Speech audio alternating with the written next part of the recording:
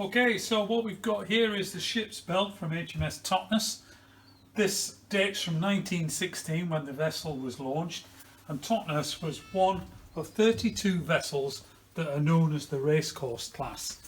So in 1914, when U-boats and shipping start to be attacked by the U-boat crews, the Navy initially used converted fishing trawlers to act as minesweepers, but they needed a vessel with a very low draft that could get into different areas, and so they decided to commission the Racecourse class of paddle steamer.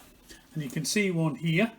Quite a few of these after the war were used as paddle steamers for commercially ferrying people backwards and forwards.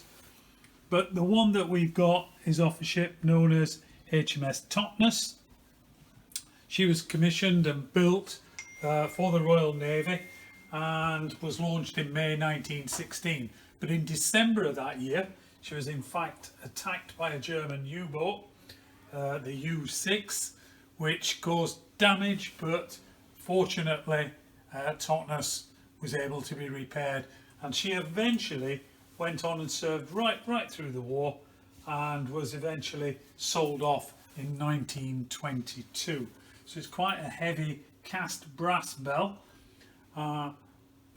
something really different and exciting, and hope that you've enjoyed the video, and it will be on our website shortly.